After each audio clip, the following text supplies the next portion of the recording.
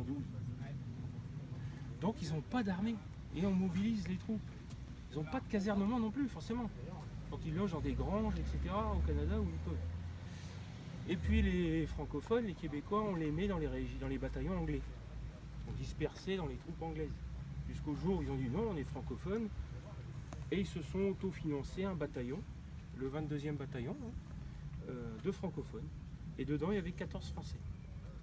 Ils étaient avec eux, des migrants français qui étaient au Québec et qui ont décidé de s'enrôler dans ce bataillon-là pour revenir aider leur mère patrie. Les ordres sont donnés en anglais. Un problème pour moi. Alors, deux fois, ils ont donné les ordres en français. À votre avis, où?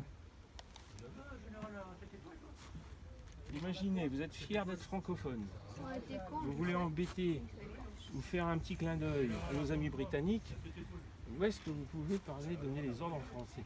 En France. Hein? En France. Non. Moi, je vais raccourcir. Simplement, c'était un bon bataillon. Ils ont donné les ordres au palais de Buckingham, en reine d'Angleterre 2 fois, en français. Parce qu'ils ont été monter la garde au palais, ils ont été autorisés comme récompense. Et là, ils ont parlé en français dans les ordres, pour taquiner la reine. Donc là, l'emblème, c'est le castor, avec je me souviens marqué en dessous. Voilà des casquettes.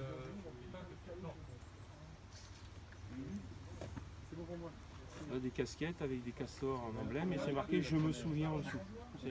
Aujourd'hui, le Québec, sur les plaques d'immatriculation, c'est marqué aussi je me souviens. C'est leur petite phrase symbole. Comme nous, égalité, fraternité, etc. Ben, eux, c'est pareil.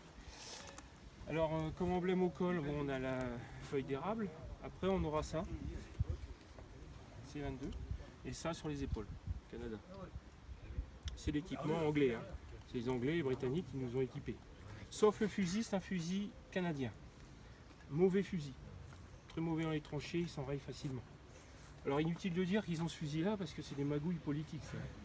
C'est que le ministre de la Défense connaissait quelqu'un, son copain qui était vendeur d'armes, etc. Donc ils ont remporté le marché, ils ont eu ce mauvais fusil.